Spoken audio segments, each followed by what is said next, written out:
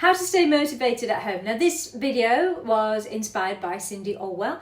Cindi, thank you for your question that you kindly sent in. And the question was, how does someone who is used to working in a team environment stay motivated when you suddenly have to work from home and alone? Now, some of us have been working remotely from before COVID even began, and I guess most of us have now had at least 12 months of experience doing it thanks to COVID. Working on your own can be challenging, especially if you are a real people person where being in a team environment keeps you motivated and spurs you on. Teamwork is exactly about that, and where there's a really good leader, they generally will promote a really great team atmosphere just to get the best out of people. So, as someone who has spent years working from home and in the field remotely, I want to share with you some ideas to be able to do just that when you're feeling alone and lacking that motivation. Number one, for tasks such as cold calling, you could try to get one or more colleagues that you also worked with in the office who are now working at home. You can get them to work with you. Together, you can share a platform such as Zoom while you all make cold calls for a given period of time. Make calls and talk to each other for help in between. Share the call experiences and spur each other on. I think this will really help you and all parties involved to really focus on the task given, but also will allow you to learn from each other as well. And if you don't know anyone else, then try joining clubs, social media groups such as cold calling groups on Facebook or Clubhouse, and find people that you can share that experience with.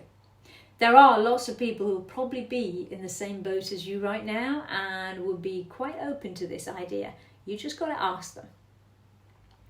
Secondly, channel all your people person energy into your calls or into the meetings.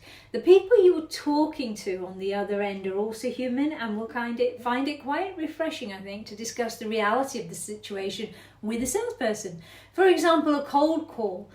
Just don't rush the calls. Enjoy the chat and get some laughter into them. Break down stuffy barriers and become their friend. Be fresh.